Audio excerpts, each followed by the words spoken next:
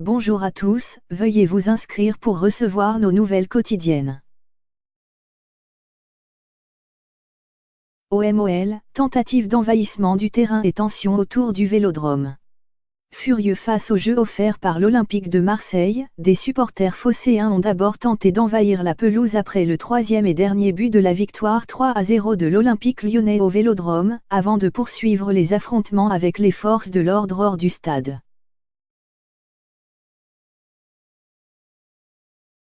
Direction démission, Garcia démission, c'est sous ces slogans hurlés par le public qu'une partie des membres des Fanatics, des Dodgers et des MTP, Marseille tout-puissant, se sont précipités en bas de leur tribune, tentant d'enfoncer les barrières de séparation avec la pelouse à la 87e minute de la rencontre, avant d'être stoppés par des dizaines de stadios et de membres des forces de l'ordre.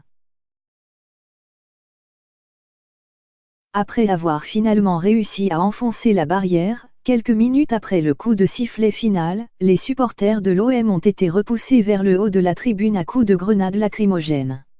Mieux vaut 1000 fous mises qu'une saison pourrie, clamait une banderole des Fanatics, alors que justement quelques fumigènes commençaient à voler sur la pelouse, depuis les deux virages.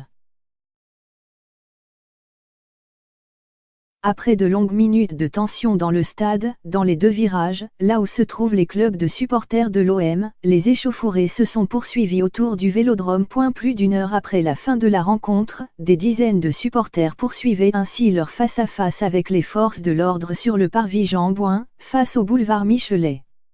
Jets de fumigènes, de bouteilles en verre, de cailloux et de projectiles divers du côté des supporters, en bas des marches, réponse avec des grenades lacrymogènes du côté des policiers, positionnés en haut du grand escalier d'accès au stade. Certains supporters ayant tenté de forcer les portes vitrées donnant l'accès aux salons et aux vestiaires du club, de nombreux supporters de la tribune présidentielle ont pendant un moment été confinés dans le stade, avant de pouvoir sortir. Au moins 7 personnes ont été interpellées par les forces de l'ordre. Vous n'avez ni les épaules ni les couilles de porter notre maillot. Cassez-vous, avant même le coup d'envoi de cet Olympico de clôture de la 36e journée de la Ligue 1, le message des Fanatics envers leurs joueurs était clair dimanche soir. Cette banderole résumait bien la colère des fans de l'OM, pour qui tout espoir de qualification en Ligue des Champions et même en Europa League s'est désormais volatilisé, à 2 journées de la fin et 7 points de l'AS Saint-Étienne, le 4e au classement.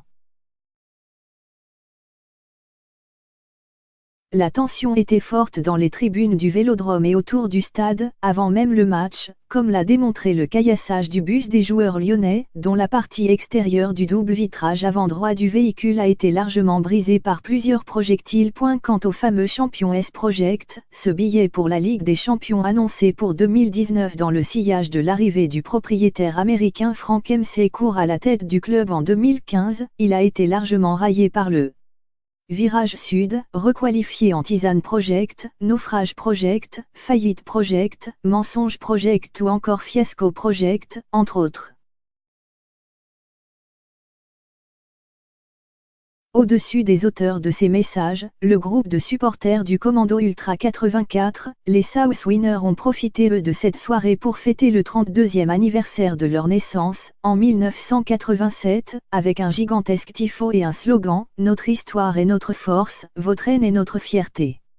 C'est d'ailleurs sous une épaisse fumée orange la même couleur que le maillot des Lyonnais dimanche soir dégagé par la dizaine de fumigènes allumés dans cette tribune que la rencontre avait débuté.